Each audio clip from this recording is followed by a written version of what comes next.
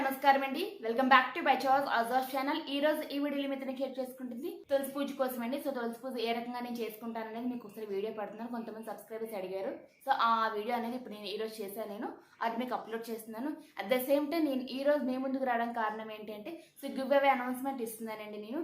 So starting నుంచి ending వరకు చూస్తూ ఉండండి. గివ్ అవే అనౌన్స్మెంట్ అనేది ఏ డేట్ నుంచి ఏ డేట్ వరకు అనేది మీకు ఇప్పుడు నేను చెప్తాను నేను.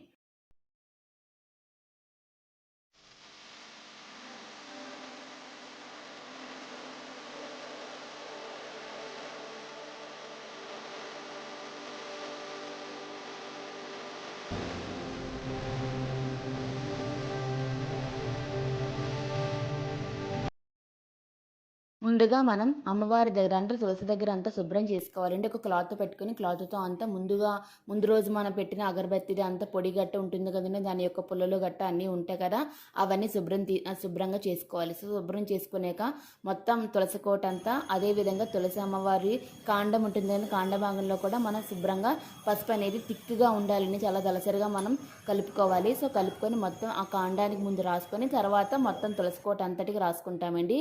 సో పసుపు మొత్తం రాసుకోవాలి. అదేవిధంగా కింద పీటకు కూడా మొత్తంగా రాసుకోవాలండి.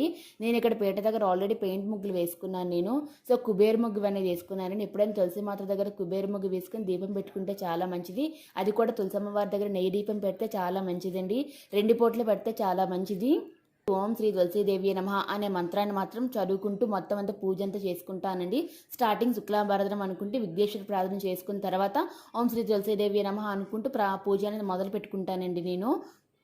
మీకు ఒకవేళ మంత్రాలు కావాలి అనుకుంటే మట్టుగా శ్రీ లలితాదేవి సహస్రనామ బుక్లోనే ఉంటుందండి. ఆ పేజ్లోని ఆ మంత్రమైనా చదువుకోవచ్చు. లేదు మీకు ఇంకే మంత్రాలు వచ్చినా కూడా చదువుకోవచ్చు. లేదు అంటే తులసీదేవి యొక్క అష్టోత్తరమైనా చదువుకోవచ్చు అండి. ఇక్కడ నేను ఓన్లీ పంచోపచార పూజ మాత్రమే చేసుకుంటాను. రోజు పంచోపచార చేసుకుంటాను. 2 పూట్ల దీపం అనేది పెట్టుకుంటానండి. ఒక్కొక్కసారి నెయ్యితో పెట్టుకుంటాను, ఒక్కొక్కసారి నూనెతో పెట్టుకుంటానండి. కంపల్సరీగా మంగళవారం శుక్రవారం మట్టుగా నెయ్యితో దీపం పెట్టుకుంటే చాలా మంచిది. అది కూడా కుబేరు మధ్య భాగంలో పెట్టుకుంటే చాలా మంచిదండి. ఒకటి నేను వేసిన ముగ్గు కూడా కుంకుమతో అలంకరించుకుంటానండి. సో ఇప్పుడు అలంకరణ అంతా పూర్తయిపోయాక ముందు మనం ఇప్పుడు మీ పూజ దగ్గర ఏంటంటే కావాలి మీకు ఒకసారి సామాన్ అనేది చూపిస్తానండి నేను.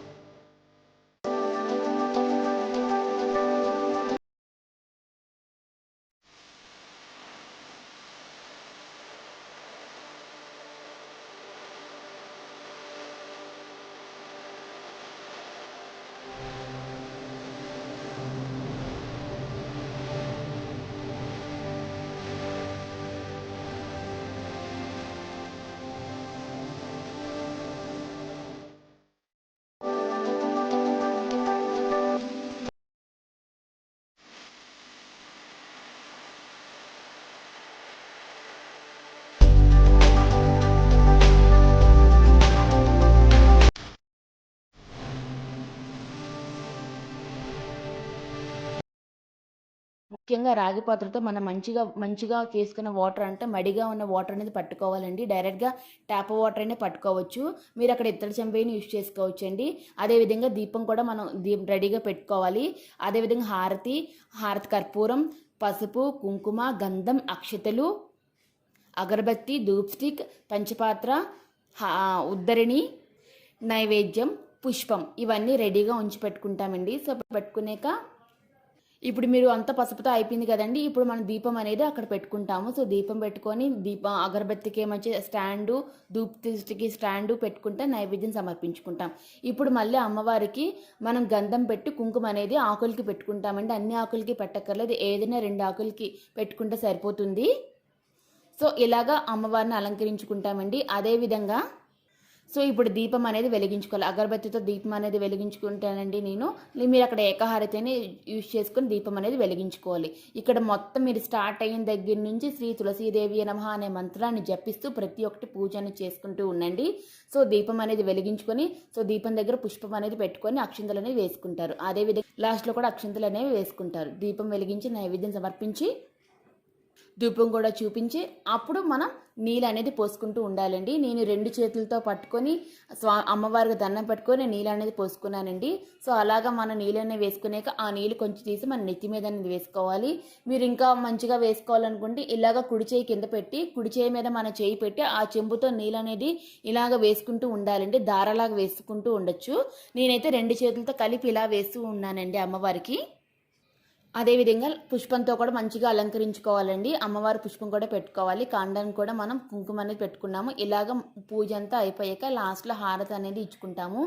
ముందుగా మనం అంతా అయిపోయాక అక్షంతలని సమర్పించుకుంటామండి. సో దీపం దగ్గర అక్షంతలు అమ్మవారికి అక్షంతలు వేసి నమస్కరించుకుంటాము. మీకు ఇంకా అమ్మవారి దగ్గర మంచి మంచి సూత్రాలు కానీ ఏదైనా మంచి అష్టోత్తరం కానీ ఏవైనా నామాలు జపాలు సో అవన్నీ ఏమైనా వచ్చినా కూడా మీరు అంతా శుభ్రంగా అక్కడ చదువుకోవచ్చండి.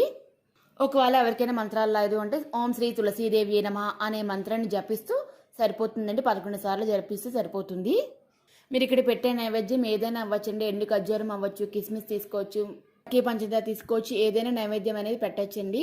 అదేవిధంగా ఈవినింగ్ కూడా దీపం అనేది పెట్టుకోవాలి. కంపల్సరీగా మంగళవారం శుక్రవారం మటుకు దీపం పెట్టడం మర్చిపోకండి. నార్మల్ రోజుల్లో ఒకవేళ పెట్టకపోయినా కనీసం అమ్మవారికి నీళ్లు అనేది వేసి అగరబత్తి అనేది చూపించి ఒక్క పుష్పం పెట్టిన రోజే సరిపోతుందండి. ఒకవేళ ఇది కూడా ఒక్కొక్క రోజు మంగళవారం శుక్రవారం ఓపిక లేకపోయినా కనీసం నీళ్లు పోసి అగరబత్తి చూపించి దండం పెట్టుకునే సరిపోతుందండి. తులసి అనేది ఇంటిగా ఎదురుగా వేసుకునే కన్నా పెరట్లో వేసుకుంటే చాలా మంచిదండి. ఎదురుగా వేసుకోవడం వల్ల ఏంటవుతుందంటే మంచిగా మీకు మంచి ప్లేస్ ఉన్నదంటే ఎదురుగా పెట్టుకోవచ్చు.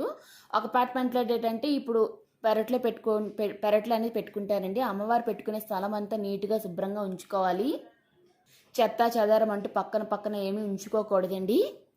అదేవిధంగా తులసి చెట్టుకి వారానికి ఒకసారి కానీ 2-3 సార్లు కానీ మనం పసుపు నీళ్ళు అనేది స్ప్రింకిల్ చేస్తూ ఉండాలండి, జల్లుతూ ఉండాలి. అలా చేయడం వల్ల ఏంటంటే అమ్మవారు బాగా గుబురుగా పెరుగుతారు, పురుగేం పట్టదండి.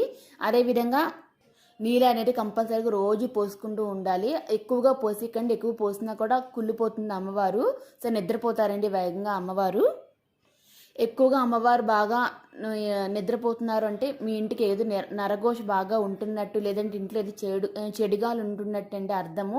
లేదంటే మీ మైలేని ఏదైనా తగిలి అమ్మవారు నిద్రపోయారండి, అలాగని మళ్ళీ వేసుకోవడం మానేయద్దు. మళ్ళీ మంచి రోజు చూసుకొని మంచి మాసం చూసుకొని అమ్మవారిని మళ్ళీ మనం వేసుకోవచ్చండి.